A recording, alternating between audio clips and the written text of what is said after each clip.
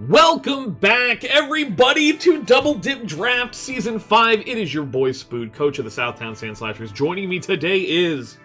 Aurora, coach of the Hunsbrook Hunters, and we're here taking a look at Week 3 of the Crown Division replays and see how it went. Yeah, Week 3, that's when it starts heating up in my brain. I've been on record saying that I think Week 1 and 2, you can throw them away if you lose them really and be like, look, I still have a little wiggle room. If you are the unfortunate soul who ends up going 0-3 in the third week, assuming that happens to anybody, that's when you're kind of in the hole. That's like, it's not impossible to land playoffs, but you really got to sharpen up and hope that your easiest matchups are ahead of you instead of behind you. Yeah, the margin for error becomes really small, and hopefully you found something in your team that works that you can start leveraging to start taking that first up. And if you haven't, maybe try trading. I mean, nobody wants my fucking Landorus, but hopefully, maybe your trade will go better than my trade. Or maybe it will go at all. Aurora, can you please introduce me and the people to the first match of Crown Division Week 3? The first match of this week that we had is Mass, coach of the, not Minnesota, Minneapolis Magnazones, and Vincent, coach of the Hela Haluchas. Yeah, I honestly, I've been kind of watching the Crown Division, I'm starting to get a little scared of Vincent. In fact, I'm getting biggie scared of Vincent. It kind of seems like I think it was really him and Kenneth really both blew up last season and ended up just going absolutely bananas. And I mean, honestly, both of them were in real contention for landing first place even in the double dip draft last time, and they have showed no signs of slowing down since then. And I gotta say, man, Vincent, I'm sure I've said this before, but I gotta reiterate, Vincent makes it look easy. Yeah, like he just is able to just look at a team and just somehow find the perfect mod to just tear it apart instantly, and that is something we definitely see here this week. Yeah, and Mass, I mean, bless his heart, Mass has been grinding and working, and honestly has already shown, I think, a good deal of improvement from last season, where he ended up at 1-6. He's already coming into this one with, I think, an even record, right? 1-1. So, it's kind of, Vincent's sort of a mountain to climb, but maybe if Mass is just sort of on this similar meteoric rise, he can make some magic happen. But, well, let's have a look and see how it went, shall we, Aurora? Yeah. So we're on turn 1, and I already immediately don't like the Mass play here. I think he goes right for triple axle when it's pretty safe to just go for a spike, your sash. So, like, worst case scenario, you're getting info that, like, maybe Nido Queen is Scarf or something. But yeah, and also the slight fortunate side that the triple axle only hits twice, so you don't lose 48% of your HP to the Rocky Helmet. Yeah. And of course, Silvally Ghost. I think this is the second time he's brought Silvally Ghost, and it puts in work, Yeah, it's definitely been proven itself a good staple of Vincent's team, given that he sort of lacks a normal Ghost type. Yeah. And it's just putting in good work, not much for this Ghost. That's true. Especially not on Mass's team. Well, it's dead now. But, it was kind of scary. But, of course, luckily for Superman, that's kind of the opening he needs. So he's able to get off a nasty plot in front of the -2 after Draco Meteor. And then he just starts winning. Actually, right here, Trapinch shows that he could have gotten a kill had it not been the sash. And now it's over. Had the Latias gone for any type of attacking move just to break the sash on this Zelf, it wouldn't have been a 5-0 at the very least. Yeah, I mean, he would have been able to continue playing the game. It's kind of too bad. Like, the Latias was already paralyzed at that point, so it's going to have a hard time outspeeding and living anything. Yeah, there also was a 1 in 4 chance that even had Mass gone for an attacking move there, that Latias ends up paralyzed anyway, and you're in the same exact boat. Yeah, but you gotta play to your win con, and it's like, especially if you have a revenge killer in the back, like Trapinch is literally only a revenge killer, basically, for Psychic and Dark type. He just needed to break the sash, and then he could have gotten Trapinch in. He actually, little known fact perhaps, but Arena Trap only works on grounded opponents, and of course Azelf has Levitate, so Azelf could have still switched out there, but that still would have been good if he had been forced to switch out and lose the nasty plot. that would have been good. You know, it would have given Mass a little bit of momentum at least. But sadly, that's just really not what happened. He came in with Trap Inch, tried to get the revenge kill, got blocked by a Sash, and that was really his only answer to this thing after it set up. Yeah, so we end up with just like a relatively short game here, but you know, it just happens sometimes where one Pokemon is just able to just run through a whole team with the appropriate amount of setup. It's just hard. I mean, like, you know, what could you even really say about it besides, like, you know, Vincent had a strat. He was like, I need to get this in front of something that's -2 or -1, or, you know, just find an opportunity to set up this Azelf, and then he found it, and then he did it, and then he won. So yeah. Yeah. I think he was really banking on that Latios either like missing its Draco, being paralyzed, or Massive switching. That happens, and that's he got the setup he needed to just you know, wipe it. It's honestly crazy. I feel like Vincent's games are just so clean. I feel like he doesn't really do misplays, or at least hasn't been misplaying this season. He just kind of has a very simple, even somewhat telegraphed game plan, and it's just airtight. He just kind of pokes holes in things and then just wins. You know, it's crazy to see. I mean, he's sitting here now 3-0 undefeated after already having fought Kenneth, one of the players seated above him in theory in this division. And he has not shown any signs really of slowing down. Yeah, Vincent is definitely sitting here ready to take it, ready to go. Just scoot on into playoffs, scoot on into that first place slot. Yeah, he is thirsty for it. I'll tell you that. He had a jug of water in his hands in top 4 last season, and it was yanked away in a Vine-esque, TikTok-esque prank. And now he's got to really just claw his way right back up to you know, grand finals maybe. I mean, to really make up for last season. But yeah, I mean, clean game from Vincent. Unfortunate for Mass, but you know, what are you gonna do? Some games are just like that. Yeah. How about you introduce the second match we're going to be taking a look at here? Well, I would love to, Aurora. On the second match, we have got Scoots33, coach of the Dumble Spoods Army, versus Kenneth, coach of the Ne'er-Do-Well Nidokings. This one is a very exciting one, in theory, to keep your eye on, because, of course, Scoots is the #1 seed in that division, and Kenneth is the #2 seed in that division, and this is ultimately a rerun of Grand Finals last season, this early into the next season. It's kind of crazy to think about. But it was... A lot of people had their eye on this game. It was going to mean a lot, because at this point, Kenneth and Scoots' lifetime record was 1-1, right? Scoots had lost to Kenneth in the group stage, and then beat him in Grand Finals last season, but now they're back in group stage with different teams, and it's... Well, that's a whole new world, you could say. Yeah, so let's see if Kenneth is able to do it again in the group stage, and hopefully maintain it this time, or if Scoots is going to take it this time. Also, don't forget to put it back on normal speed. Oh yeah, that's a good idea. No spoilers, but there we go. On to turn 1. We've got Lando T, classic lead, versus Nidoking. He spots the balloon, goes for a safe U-turn. I believe that Nidoking goes for rocks here. No, he just goes for straight up Ice Beam, which is fair. Yeah, Kenneth's just hunting for kills, seeing what kind of predictions Scoots is willing to make. Yeah.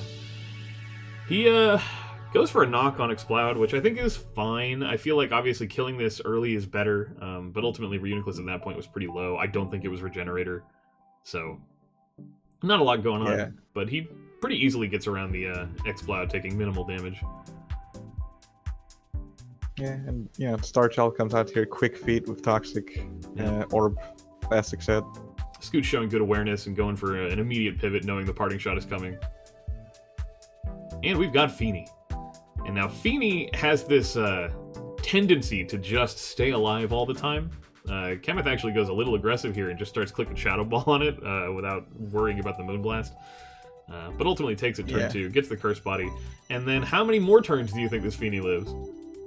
Well, in theory, it should just be 1, as the spider just comes out and kills it, but that's not what's going to happen here. Nope. Kenneth gets up the webs. Yeah, Feeny just lives, and that ultimately, like, what was the switch we were even doing, right? I think Scoots is just the man who wants to sack Feeny, and no one ever lets him do it. Even Scoots doesn't want Feeny to live, and, you know, it just remains alive. Despite everyone's best intentions, yeah. Hey, but look, it's Green. I wonder if we're going to see more of that later. Yeah, so this game looks pretty much over, right? I mean, Scoots is up 4-2. Kenneth has really only this crap meme Squirrel and Nidoking. But he has a strat. And by God, he also, is sticking to it. Yeah, also look at that nice trick read. Yeah, that was really, Make really sure good. that his Pokemon that needs to use multiple moves doesn't get tricked. Yep. And now we're just down to Greedent. And now it's 1v4 Greedent against the world. He's already lost his Keyberry as well, so he can't use that. But he doesn't need a Keyberry. All he needs is the move stockpile. This is one squirrel with a dream, Aurora. Yeah. Speaking of it dreaming, it's about to go to bed too, so... Yeah, so I'm going to go ahead and turn the speed to hyper fast, because this game goes on for another 60 turns, roughly. It takes so long. It does take so long. But none of the 4 Pokemon that Scoots has left either can or want to set up on this thing. So... Yeah. It just turns into a game where, like, this Greedent with 2.5 times defenses just can't be killed. Yeah, it's insane. And the only way to really dent it is, like, a crit on Scoots' end, especially, like, on Earthquake or something with Lando, but he just doesn't get it. Yeah, and there's Chandelure Ghost, so now Body Press is, like, a free click for Kenneth. Yep. Although he is starting to run low-ish on Body Presses, he has to start conserving PP after a certain amount of time. But this match just devolves into Scoots throwing pebbles at a brick wall. It's just not happening. You know, yeah, Metagross, I love the idea, you know, that it can, like, Meteor Mash raise its attack and stuff, but it's just, it doesn't happen quickly enough. Yeah, it's also just a question of, you know, like, the switching back and forth, like, Landowin 6 different times has reduced this Greedent down to just a quarter of its base attack stat. Yeah, so Crunch is doing fuck for damage. It's not doing anything. Yeah, lucky for Kenneth, the Body Press works off of its defensive stat, so, you know, Scoots can't touch that. And Low Kick does a clean 4% damage, because even without the defensive buffs, a banded Low Kick from Weavile just does nothing to this thing. Because it's actually just a squirrel. I know it looks like a heavy Pokemon. It's not. It's like less than a pound or something. It's very, very light. It's very light and also has a base 130 HP for some reason. Yeah, which is a lot. You know, subpar defenses, but I mean, obviously after 3 stockpiles and 130 base HP, who cares what your base defense is? I mean, you're kind of just eating it up. Yeah, and now it's just sort of a question of waiting for, like, this Landorus to be out of, like, offensive options. It already doesn't have Earthquake anymore. Yeah. U-turn crit does 28, doesn't do even remotely enough. He'd have to get a crit 4 times in a row for it to kill from full. Yeah, that's assuming that Cameron... Yeah, that's also assuming Cameron doesn't catch on and just, like, rest it off again. Yeah. And really, at this point... so... A crit crunch into Body Press finally does the trick. Yeah. And really, he didn't even necessarily need the crit crunch. He could have... he was down to 3 Body Presses at the end, so he was trying to just conserve it, and I think his idea was... You know, use all of my crunch PP, and then I'll start body pressing again just to get that damage. If he had, like, knocked the leftovers, it may not have been such an issue. But it was like, look, I'm going to crunch until I get a defense drop, and just keep doing it, give myself the maximum chance of getting these defense drops so that my 3 body presses can muscle through this thing. And yeah, it works! I mean, Greedent just refuses to die and pulls off the craziest just... wall I've seen in a long time in Double Dip. I mean, it's kind of echoes of Reuniclus, like, stored power, you know? Yeah, and now this Greedent is sitting here, like, with its end result of having no crunches left, only 2 body presses, 6 rests, and 28 stockpiles. Yeah. Honestly insane. I don't know. I mean, if I was Scoots, I don't think I would have really prepped that hard for Greedent either. Because why would... I mean, it's just like a funny, goofy squirrel, right? Like, it doesn't do any damage or take any hits, but it turns out it actually can do both if you just let it set up. Yeah, I feel like, especially the team that Scoots brought didn't have any particularly... Like, the hardest hitting wall breaker that was here was probably the Spect X-Cloud. Yeah, which he lost very early. Which lost early, also lost its specs pretty early, and it just... I don't think it would have broken through this thing either. Yeah, and Scoots had the good awareness to try and trick a Scarf onto this thing to prevent it from getting fully set up, at which point, of course, Nidoking comes in, takes the Scarf, and then, well, just puts the work in. I mean, there's really nothing he can do about it at that point. I was about to say, like, that was the last sort of, like, the shot Scoots had to try and get this thing, and then Nidoking just like sacrificing himself, just jumps in front of it, takes the hit. It was just like a valiant effort. I mean, it's kind of crazy when you think about it. This Greedent came in on turn 19, and it stayed there until turn 87. Yeah, turn 17 even. Oh, turn 17 even. Yeah, this thing stayed in for 70 consecutive turns. Yeah, if this thing beat 4 of Scoots' Pokemon by itself. Yeah, and they're fucking good Pokemon too. Weavile, Landorus, Therian, Metagross, and Chandelure. They're all great Pokemon. Turns out just the crunch body press combo is just too powerful. So I'll tell you this. I don't think that anyone is going to not prep for something like this going forward. I think anyone that Kemet still has to fight is going to think, I do not want to be the guy who gets swept by Greedent. So I'm just going to have to find answers to it. And that's really all you can hope for with like a tier 5 pick. Like either you meme someone and win, or you make people so terrified of losing to a meme that they over prep for it and then you don't bring it. Yeah, I mean, granted, it doesn't take too much to shut someone like this down. Scoots had the right idea of the Trick Scarf, just taunting this thing so it can't heal. Works as well, or so it can't set up either. Yeah. As well as just hitting it hard enough before it sets up, so the setup isn't strong enough to survive.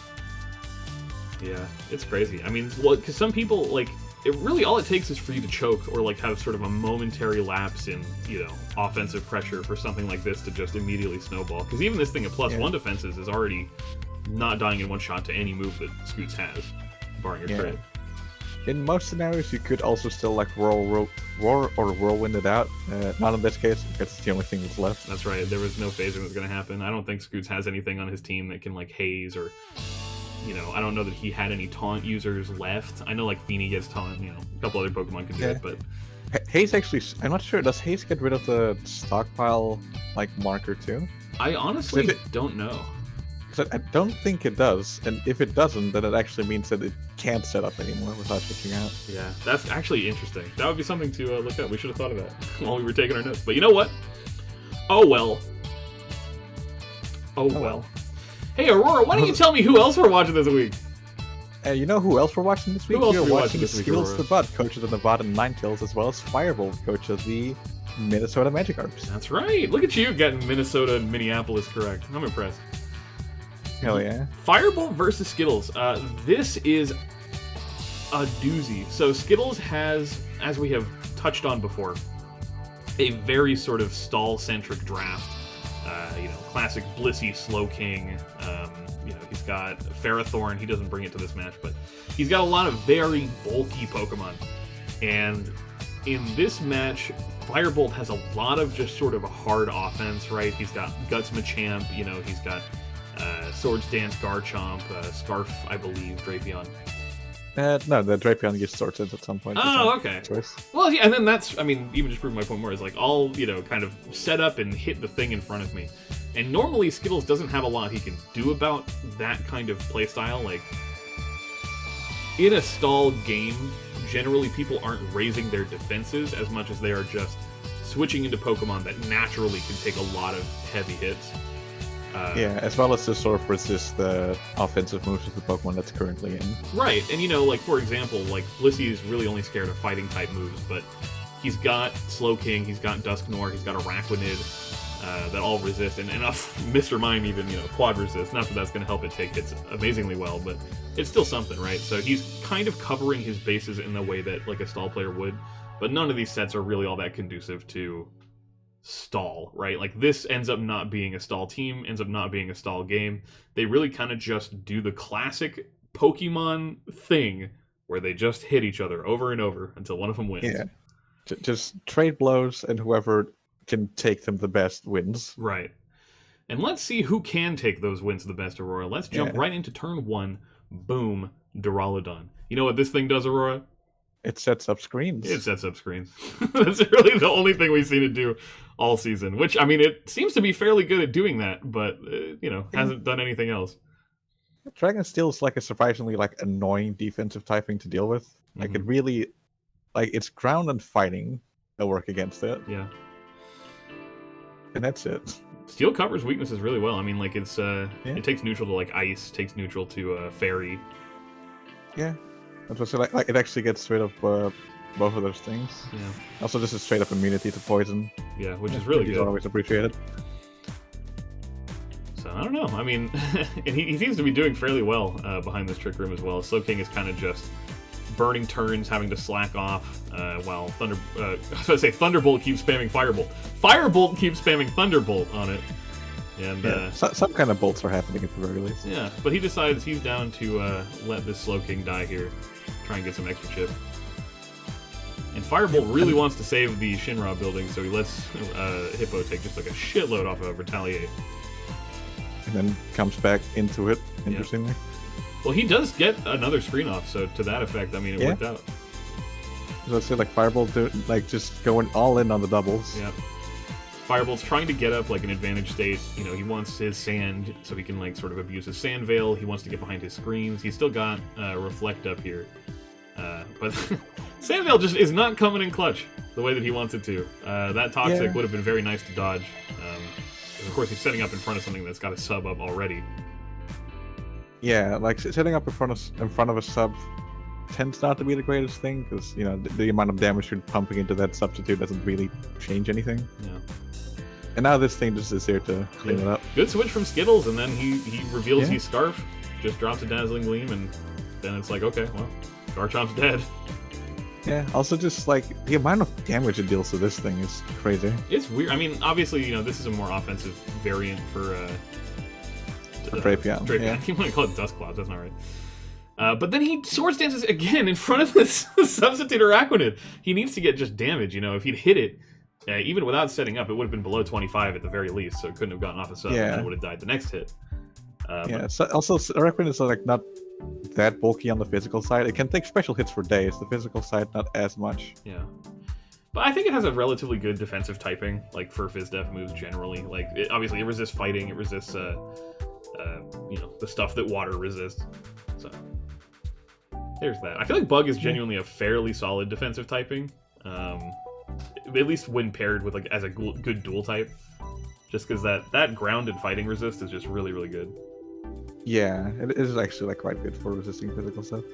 And so this Dustclops just blows this thing out to hell. Yeah, he just like goes for the Toxic on it, which I feel like I understand that in theory, but it was like that Blaziken really needed to be alive to get through Blissey reliably, unless this thing has Toxic on it as well. But then of course, you know, Skittles has 2 Pokemon alive, and Blissey may be running Natural Cure, which means that, you know, your Toxic's permanent if there's nothing for him to switch into, but there is, so it's not.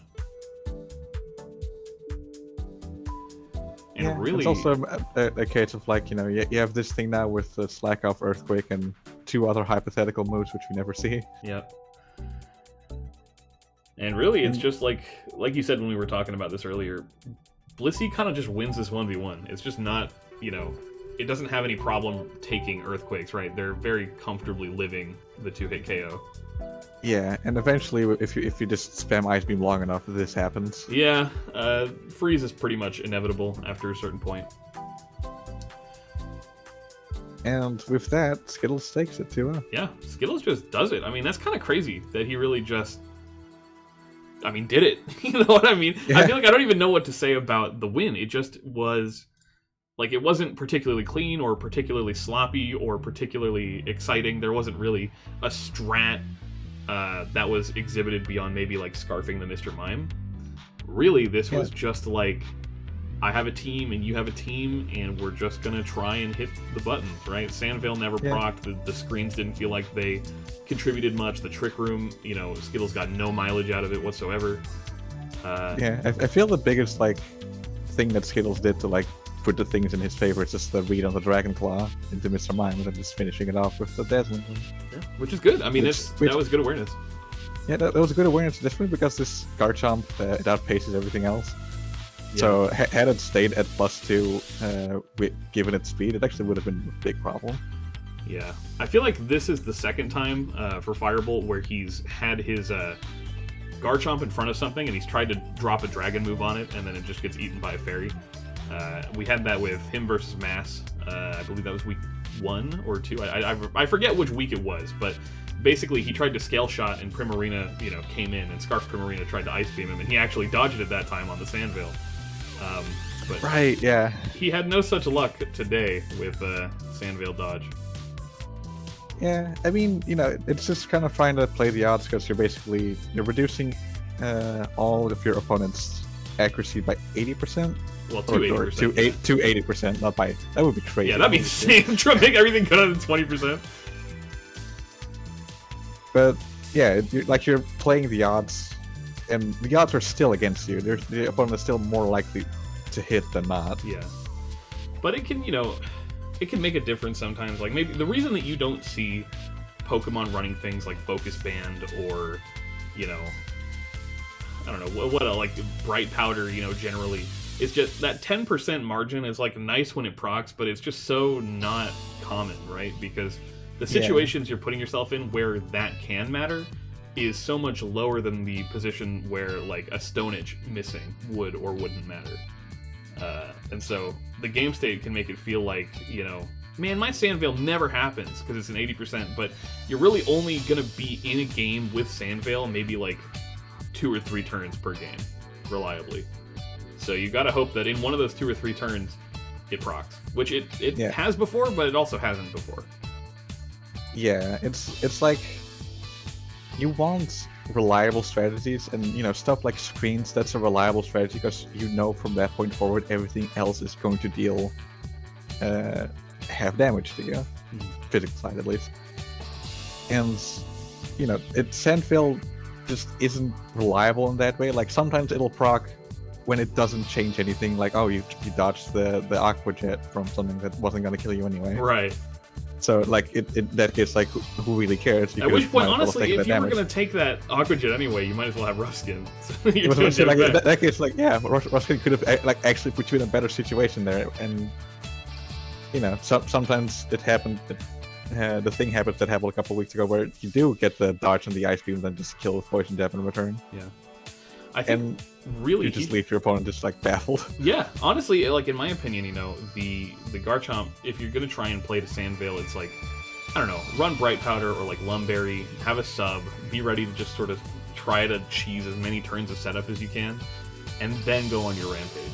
But I feel like Firebolt basically just throws it out like a maverick and just goes like, look, I dare you to hit me. I'm gonna hit you right now, and you better fucking, use it or lose it. But he just does it in front of threats. He'll Swords Dance up in front of an Araquanid that's already shown that it will sub in front of you and then hit you back for more damage. Like, it reminds me of that one meme. It's like, oh, what are you gonna do with the bet? You're gonna hit me? Better do it. Better make it count. Better hit me. Better kill me in one shot. Yeah. Well, really, the meme that it reminds me of is more like, quote from Man Stabbed, what are you gonna do? Stab me? That's kind of what Firebolt, I feel like he's doing with this strat. And it can work. It has worked. So, like, I can't knock it, really. But it's just like, man, it's just going to make certain things, like, super inconsistent. And in a game like this, where Skittles is really just playing, like, very fundamental, right? Like, very simple, very sort of, like, telegraphed.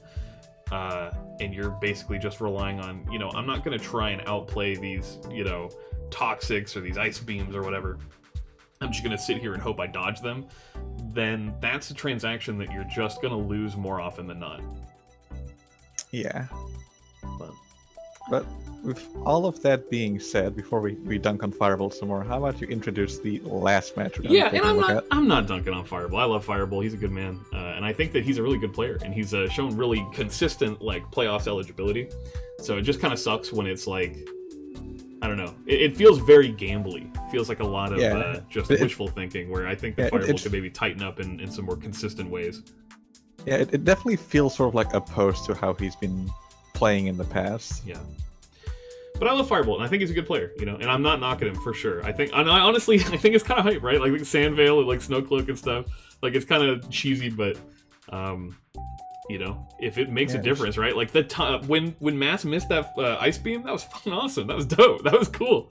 I thought that was funny. So yeah, I'm just glad that we've seen it happen at least. Yeah, it has proc, so at least that's it's proc and it saved it. Yeah, it was proc in a way that matters. Yeah. Anyway, speaking of something that matters, Aurora, may I introduce you to Cabral095, coach of the Hash-Slinging Aegislashers, versus Nihilus5, coach of the Dallas Ducklets, rounding out the Crown Division for Week 3. This was another pretty big one. So at this point, Cabral had 1 win and Nihilus had zilch. So it was pretty important for Nihilus to start getting wins, because Nihilus's first 2 weeks were Scoots and Chemith, right? So very tough matches to win, especially as like a newcomer. But his week 3 is versus Cabral, who is someone who has like a season of experience on him, but is also someone who he didn't make it to playoffs last season. He's shown that he is beatable, right? He's come into this match with already 1 loss under his belt. So I think Nihilus was just like, this is where it's like do or die time, right? I do not want to go down 0-3. Yeah, this is where Nihilus wants to like take that first step on that ladder and start climbing. Yeah. And conversely, Cabral has a lot to lose here, because Cabral, I believe, is seeded to beat Nihilus in this fight, right? Given just that he has played before and that his record was really not that bad from last season. He went 3-4, which was pretty solid. I think most new people can expect to go like 2-5, or slightly worse even, like 1-6.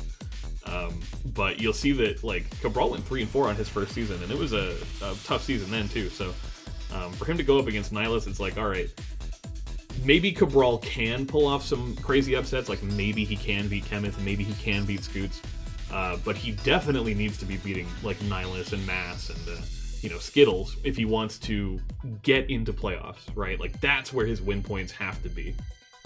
Yeah, like he definitely has the ability to, and I feel like it's up to Nihilus to sort of like prove where he really is on the ranking. Yeah. Like really show, like, do I have the ability to like beat playoff contenders from previous season? Right. Or maybe like solidify himself in that position. Right. And it's tough. It's a stressful thing, because now that the match is more winnable, it's just not as easy to throw away the results for something like this. So very, scary match. I think really intense, really exciting, if I do say so myself. So let's go ahead and jump into the first turn right now, and we'll see how it goes. Pretty much immediately, Cabral gets bodied by this glass trigger. Yeah, I'm very surprised that this thing even manages to deliver heavy slam. But... yeah, Sylveon, has good HP. Like, it's got some amount of bulk. Like, it and Vaporeon are pretty... and, like, Umbreon, obviously, being the best of the 3 for defensive play. Can take hits. Yeah, and, here this Glastrier just, throws out hits. Yep. And they hurt. And they hurt. I'm not sure. I don't know if this Miltank was Thick Fat or... well, it was probably... no, it was Sap Sipper, actually, because of Rillaboom, which didn't end up coming. So, without the Thick Fat, it may have just actually died to a 5-hit Icicle Spear off of Glastrier with a Chilling Day. Yeah, though it was at just neutral because of oh, that's right. No, you're right. You're right, Aurora. And also, here we immediately see a problem with Cabral's save, and that's what are steel resists? Yeah, I'll take steel resist for 500. It's not happening. Although here, Nihilus kind of just... I think he should have just kept clicking Flash Cannon, if I'm honest, right? Yeah. Like, eventually, the numbers game is going to go in your favor, because you're giving yourself chances to Spadef drop, you're giving yourself chances to crit, and Cabral is really just burning PP. So in the worst case scenario for you, this thing cannot heal anymore, and then you have no Flash Cannon. Which still and even then, it was very slowly wearing down the Miltank. Right. But then Nihilus switches out the same turn that Cabral decides to Seismic Toss, so it ends up not paying out.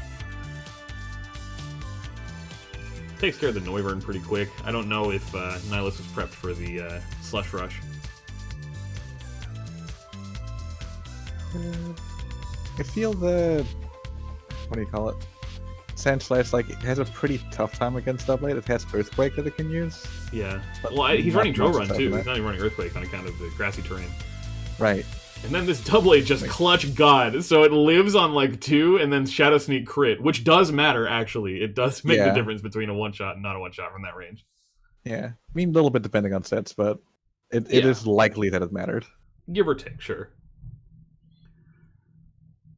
But Nihilus finding that opportunity. Unfortunate for Cabral that roll didn't pay off in his favor, but we'll see how that pans out. Yeah, and now we see this Weezing just come in again, which has put in a lot of work for Nihilus in previous matches. Yeah, this Weezing has been surprisingly hard to kill. Although in this game, he really does just sort of give it up, despite it being, I think, a really solid answer to, like, Ninetales and Sylveon, potentially. Yeah, and I'm not even sure if it gets, like, Mystical Fire Flamethrower maybe for Sandslash. I Yeah, I don't know. I feel like it probably does. And our regular Weezing does. Also, like this thing again, clutch, just living on 1%, dying to hell. Too bad, yeah. Because if he'd killed it there, then his Ninetales would have stayed alive and could have gotten some chip on either Incineroar or Glastrier, which I think would have made a big difference. You'll see even here on Glastrier, right? Like this Hyper Voice does 30-ish, and all you needed was 10% difference, and you could have potentially gotten that using Ninetales. Yeah. And the spikes from the Weezing paying off as they do finish off the... Yeah. And then craziest fucking endgame turn. Misses, or rather, gets the drill run, then gets the missed overheat dodge. But still allows Nihilus to just barely clinch it on 12% to hit the second overheat and win. Yeah. No, it would have been even crazier, because drill run's not 100% accurate. If drill run and overheat had missed on this second, very last turn. Yeah. It would have been nuts. And drill run has an elevated crit chance, too, so he could have actually muscled through the Intimidate and gotten that kill with the extra turn. Yeah, there were a lot of things like going for Cabral here at the end. You know, overheat potentially missing again. Drill run critting. A lot of things that could have very slightly put it in Cabral's favor, but like Nihilus getting, both playing well as well as getting like the tiny little clutches with the crit on the Shadow Sneak and the Vikavolt living on one. He just got like just the smallest amount of extra chip from stuff like that crit or like living on a roll, and I think he pretty much needed every point that he was given, right? Like every percentage of HP was super important for Nihilus to clinch it. But he does manage to bag himself his first double dip win, which is always exciting, It's unfortunate for Cabral because that's, I think, one of his main rivals, really, that's trying to muscle for that 4th place spot behind Kemeth and Vincent and Scoots, but we'll talk about that here in just a minute when we go to the standings recap. Really, all I just wanted to say was, like, Nihilus kept it pretty tight, put on a lot of pressure on Cabral, and was able to make good decisions that led to a favorable endgame, whereas Cabral, I think, was playing roughly as good, but just a couple of things didn't go his way, and also maybe a few questionable, like, over-defensive, over-predictive plays that Nihilus just didn't make and didn't fall for. Yeah, Nihilus keeping it clean, doing it well, and bagging that first win. Yeah. And it really just keeps that the rankings very competitive, I feel. Yeah, and speaking of the rankings, how about we have a look at them? Let's have a look at the rankings as of the end of week 3. Looking interesting. So Cabral is now actually in contention, or rather, he's bumped up over Mass, who I believe was green last week. Yeah, Mass was barely green last week, which is like slightly better differential, and now Cabral's clinching it out, only losing 1-0. Yeah. And it's really impressive. I mean, it's crazy to see the only person who has no losses in this division is now Vincent, who is sitting proudly at a 3-0 plus 9, which I don't think anybody would have expected coming into the season, that he would be the one sitting above Scoots and Kemeth. Yeah, both of them have taken a loss, one of which from Vincent. Yeah, it's going to be interesting, because I feel like there's good potential in this division. There's actually 2, basically, like, sets of 3 that I feel feasibly will end in, like, a 3-way tie, or at least... maybe not by differential, but like literally by head-to-head, it'll be like circular. Because right now, Scoots has beaten, or rather, Scoots hasn't played Vincent, right? But if Scoots beats Vincent, Vincent has beaten Kemeth, and Kemeth has beaten Scoots. So that's kind of a winner triangle. And then if you bump down to 4, 5, and 6, or I guess it would be right now 4, 5, and 8 on this ranking, right? Nihilus beat Cabral, and Cabral beat Mass. So if Mass beats Nihilus, then that's another circular tie. Yeah, very interesting. And also, everybody from position 4 through to 8 are all 1 and 2. Yeah. The only difference between them is differential, and between the Minnesota Magikarps and the Nevada Ninetales, it's not even differential. They're completely equal. Yeah, dead on tied. It's just unfortunate for Firebolt that he lost that head-to-head, because he would be considered behind the Nevada Ninetales, at least in terms of like playoff qualification at the moment, because the tiebreaker, basically it goes win rate, then it goes differential, then it goes head to head, And then Yeah. if your win rate differential and head-to-head are all tied, right? Like circular head-to-head between 3 that all have the same differential in matchup, then you'd have to, I think, play an extra set. Or we haven't had that exact scenario yet, so we're not sure how we'd handle it, but it'd be some kind of tie-breaking scenario. Yeah, it's a very unlikely scenario. Yeah. I think maybe like the most fair way, I don't know, like maybe see you has like more direct kills instead of indirect kills. I'm not sure. It's honestly, yeah, like there's no way I think that would make everybody happy in like that 3-way tie. And we did get close to having something like that in Season 3, I remember, in Division 2. There was a lot of, like, the variance for getting in on the 4th spot of playoffs in Season 3 was like really, really tight, and it was dependent on these different tiebreaker scenarios, and I ended up not going in lieu of, I think it was General 5-star that went in my place in Season 3? I forget. Might have been. Or no, maybe it was Your Best Elevator, I think, is who it was. I don't know. Long time ago. A long time ago. Yeah, Season 3 already just, whew, I can't believe, we're 5 seasons deep into this, Aurora. What the hell? When did that happen? You know, over the course of 2.5 years? Something like that. Sounds about right. I can't believe this was pre-pandemic. Isn't that crazy? Yeah. There actually was a time where, you know, the virus wasn't ravaging the world. But anyway. On to happier things ahead. Yeah, despite, you know, people being quote-unquote labeled as 8th, just one win can literally put you over everybody else. Yeah. Not only is there no one eliminated from playoffs qualification, I don't even think that I know who's going. Like, I don't really have a prediction, because Skittles getting that win on Firebolt is huge, because now he can sort of play amongst people closer to his, like, skill level, right? Sort of in that tier of, like, Nihilist, Mask, Brawl. And if he can get those wins, which are a little more feasible even than getting a win on Firebolt, then he is, I mean, he's in contention, right? He's got head-to-head wins, or he'll have to have head-to-head wins to get it. But that's, I don't think, impossible, right? Similarly, like, Cabral losing to Nihilus makes Nihilus look a lot better and Cabral look a lot worse for going forward. And Mass, even though he's at a losing record, he's only -3 diff. Like, he's really nipping at Cabral's heels right now. So I just don't know. And obviously Classic Firebolt, like, I feel like Firebolt gits at least one crazy upset every season. Like, he just pulls off the ankle weights and makes some crazy shit happen. So I literally, Aurora, I don't know. If I were a gambling man, I'd have to just say I don't, you know, I'm sitting this one out. Isn't that the point of gambling? That you don't know the outcome? Well, I mean, I don't know. If you're into gambling, it's like you don't know the outcome, but obviously there's like odds, right? You're like playing the odds.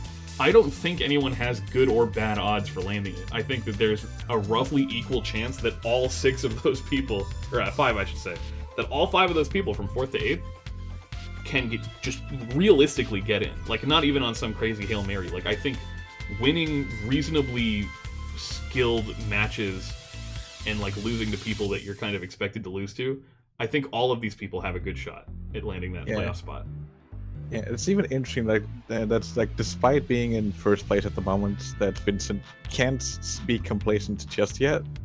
Because, you know, 3-0 can turn into 3-4 very quickly. That is true. I have learned that before, or at least I've gotten close to learning that the hard way in the past. So,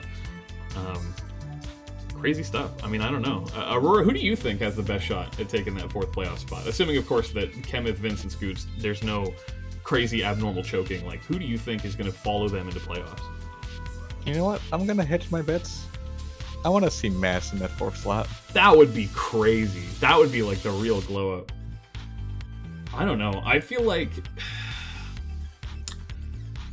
I don't know. I just feel he's chumping it, like you said, chumping at Cabral's heels to be like seated there currently. Mm-hmm. And has Mass had like his worst matchups already? I don't think so. I think Mass fought. He's beaten Skittles, and then I think that's it. Or wait, had he played Skittles at this point? I forget. I know he beat Skittles whenever they played. Yeah. We're filming this after week 4, so we're a little bit scrambled, but... Yeah, he's already beat Vincent. That was this week. Of course. Sorry, not beat Vincent. He's fought Vincent. Yes. So that's... well, no spoilers. That's one hard match out of the way already. Yeah. So, I think it's very doable for Mass. I agree. I think even though he's technically in 8th place as of this listing, I have good things in my heart for Nihilus. I really think he can do it. I think that he has the right mentality. I think he has a strong draft. And I think he has the easiest matches going forward. So I think we'll see his record start to increase. You think the Ducklets can duck it up? Oh, I think the Nihilus can hashtag duck 'em up. I believe it.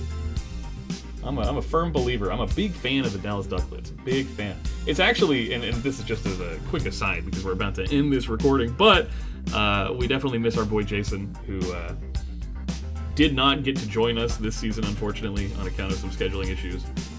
But Jason and Nihilus are homies, so Nihilus is really holding it down for Blaster Gang in Jason's absence, and I'd love to just see him take it to playoffs, same way that Jason did last season.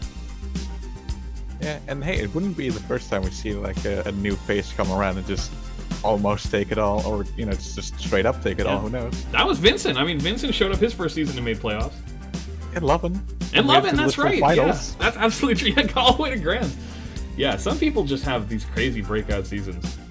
So, I don't know. I think we're going to see some good things from Nihilus going forward. But I think that having been said, that's enough for our recap of Week 3. Definitely make sure to check out the Armor Division recap with our friends Scoots and Cabral over on the other video. Should be going live at the same time as this one. And they'll be covering the zany, wacky, cool, and crazy stuff that happens over in the Armor Division. You'll have a good time, I promise. It's very exciting to see how everything's going to play out. So we'll see y'all next week. Catch you in Week 4.